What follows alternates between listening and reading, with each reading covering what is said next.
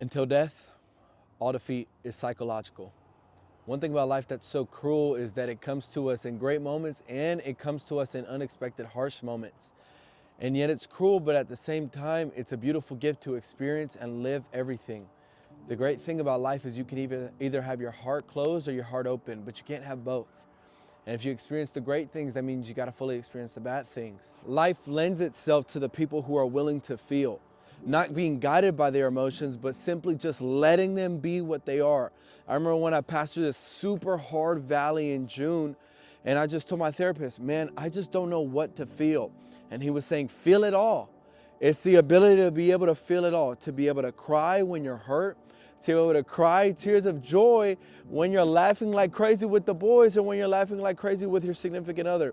It's becoming all things to all people in order that we might win some. It's to be able to win people is to feel everything, to experience life. The goal of life is not to succeed, but the goal of life is to experience. And in that we face defeat. Man, it's like that Mike Tyson quote, like everybody knows how to fight until they get punched in the face. I'm reminded about this one quote. Everybody thinks they're resilient till crisis comes in their life. Chris Hodges said that our character is revealed in our crisis. And I remember I went through this dang deep, dark valley in November when me and my ex-girlfriend broke up. And it was something that was all consuming. It was life consuming. I thought my life wasn't going to be able to continue after it.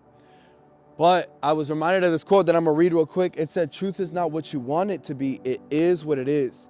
And you must bend to its power or live a lie. So I could have made two choices, live in the lie that we were still together, or B, accept that the truth had come because it was my fault that we broke up, and learn to live a different life.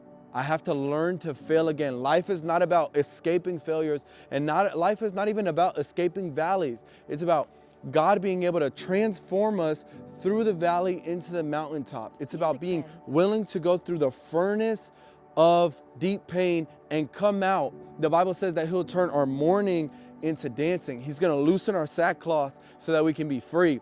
And that's a little bit about what all defeat in our life is, just psychological, that everything is able to be overcome unless it's death, and even death. But that's not the point of the video.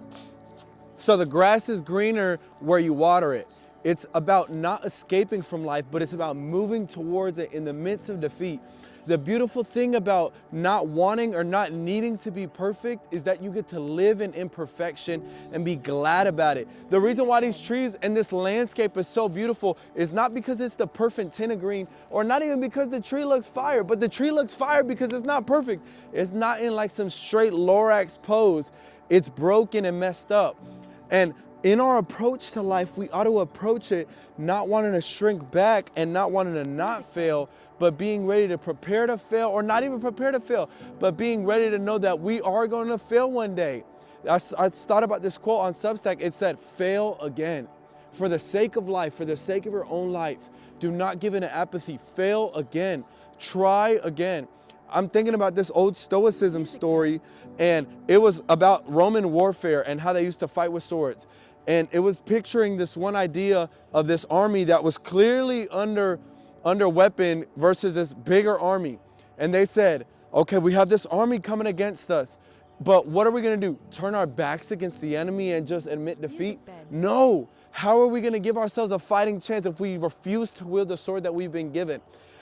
And so they tried, and they were like, let me try and beat the enemy. Let me try and face him head on, even though I'm scared. We have the opportunity to live life differently. And I'm telling you, you don't end up living a different life if you refuse to try something new.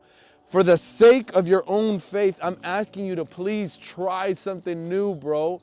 Until death, all defeat is going to be psychological. I just had a terrible conversation this past Wednesday, and I had the opportunity to be either a victim or a victor of my situation. And even realizing that these things probably aren't going to matter in the next 30 days, in the next 2 years, in the grand scheme of things, that my life is going to be able to move on. But the only thing that is promised is my relationship to God. And so how can I stay in process? How can I be committed to healing and being a different person? Like I said, it was my fault, but how can I make sure that I'm not going into this cringe meta alpha sigma male type of thing where I'm like, I'm gonna show them what they missed out on? No, how can I show myself what I missed out on in life? How can I show myself that there is life and life to the full available in God, and actually pursuing and believing that for myself? The way that we love ourselves is not by loathing and shrinking into laziness. The way that we love ourselves is by doing the hard stuff when we don't want to. Rigby from Regular Show, when he graduated high school, he said, do the hard stuff, and then you realize it's not that hard to do the hard stuff. Nothing is actually hard, it is just unfamiliar. And so that's the challenge, guys. Fail again. Please, for the sake of life, fail again. For the sake of life, fail again, fail again, fail again, fail again. Music bed.